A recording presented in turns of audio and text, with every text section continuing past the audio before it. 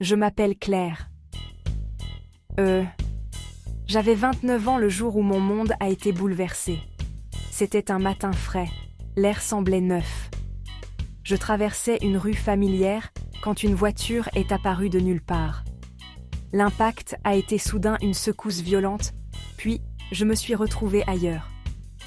La dernière chose dont je me souviens n'était pas le crissement des pneus, le fracas du verre, mais une voix. C'était ma propre voix, plus calme que jamais. Elle a murmuré « Reste calme ». Et puis, tout a changé. Je n'étais plus dans mon corps, j'étais au-dessus de la scène. La sensation n'était pas la douleur, ni la peur, mais une profonde surprise. De mon point de vue, suspendu dans les airs, j'avais une vue panoramique du chaos en bas. C'était comme être un petit orbe de lumière, léger et capable de voir dans toutes les directions sans effort.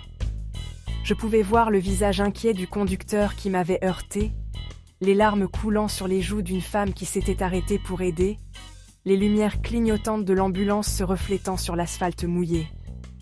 Je savais, avec une certitude inébranlable, que je n'étais pas morte. Pourtant, je n'étais pas vivante comme je l'avais compris. Cet état intermédiaire n'était pas effrayant, il était simplement différent. Un calme profond et une chaleur douce m'enveloppaient. Elle faisait partie intrinsèque de l'atmosphère, une tendresse qui imprégnait mon essence. C'était le sentiment d'être aimé, qui dissolvait toutes mes anxiétés. Alors que ce sentiment s'approfondissait, j'ai commencé à bouger. Je ne marchais pas, je glissais, sans effort et sans volonté. Je me déplaçais avec une vitesse et une grâce exaltantes. Les barrières fondaient, les distances devenaient sans importance. Je pouvais être n'importe où, simplement en y pensant. Une musique éthérée émanait de la trame de cette réalité. Claire, pure, incroyablement belle, elle me remplissait d'une joie profonde, me guidant loin de la scène vers une destination étonnante. Tandis que je m'éloignais, un nouveau phénomène domina ma perception. Une lumière apparut au loin. Ce n'était ni la lumière dure d'une lampe, ni d'un phare. C'était bien plus grand, magnifique. Une lumière vivante, rayonnante, englobante. Elle m'attirait avec une douce et irrésistible attraction. La lumière était douce, intensément chaude, sans me blesser les yeux. Je ne pouvais pas la fixer, mais je pouvais la sentir, la percevoir, la comprendre, lumière de pure conscience. En m'approchant, je compris, source de connaissance et d'amour.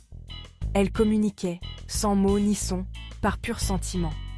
Elle me connaissait, mon passé, mon présent, mes peurs et mes aspirations.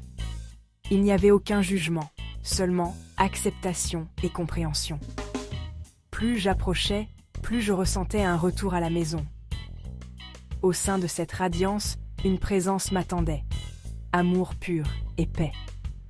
Ma conscience s'étendit, fusionnant avec quelque chose de bien plus grand.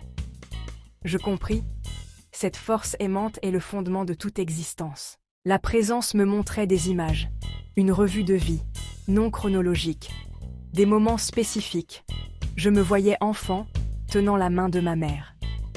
Je voyais la fois où j'avais aidé un étranger. Chaque scène n'était pas un souvenir à observer, mais à revivre. Je voyais des vagues de gentillesse et des moments d'égoïsme, de colère, présentés sans condamnation. J'étais aimée malgré mes erreurs. Puis, un autre être apparut, ressemblant à une personne, très doux.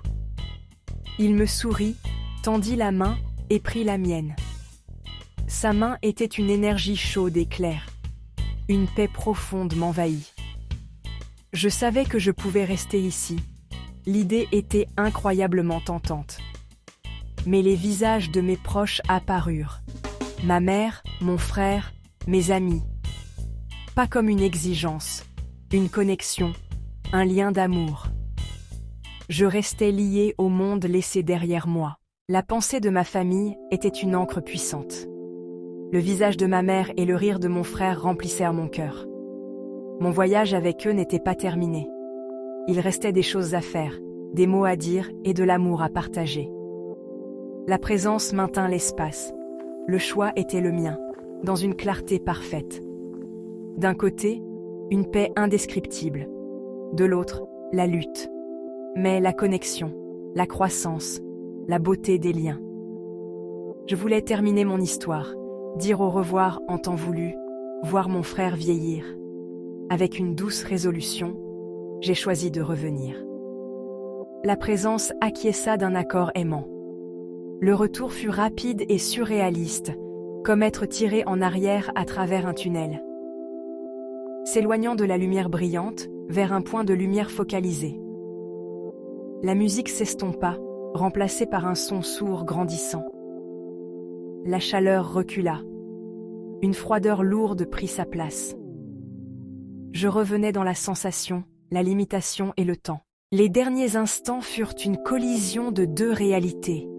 Je fus projeté dans mon corps avec une secousse. Mon cœur battait comme un tambour frénétique, ma respiration était courte. Une toux profonde me secoua. Le monde revint en cacophonie. Quelqu'un m'appelait. Mon corps était incroyablement froid. Un vaisseau lourd et étranger. Puis, lentement, la vie revint.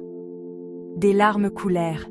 Joie d'être en vie, peur de la douleur, perte de la paix. J'étais de retour, pareille et irrévocablement différente. Semaines et mois après, j'en mesurais l'étendue. Avant, je travaillais, je courais, je visais le prochain objectif. Après, priorités réorganisées, des choses simples, des liens profonds. Je voulais être présente, dire je t'aime sans peur.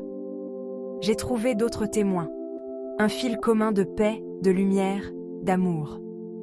Je ne prétends pas savoir. Je partage pour apaiser une peur, offrir une lueur. Quelle qu'en soit la source, la force la plus puissante est l'amour. Si nous vivions comme si c'était vrai, comment notre monde changerait-il ?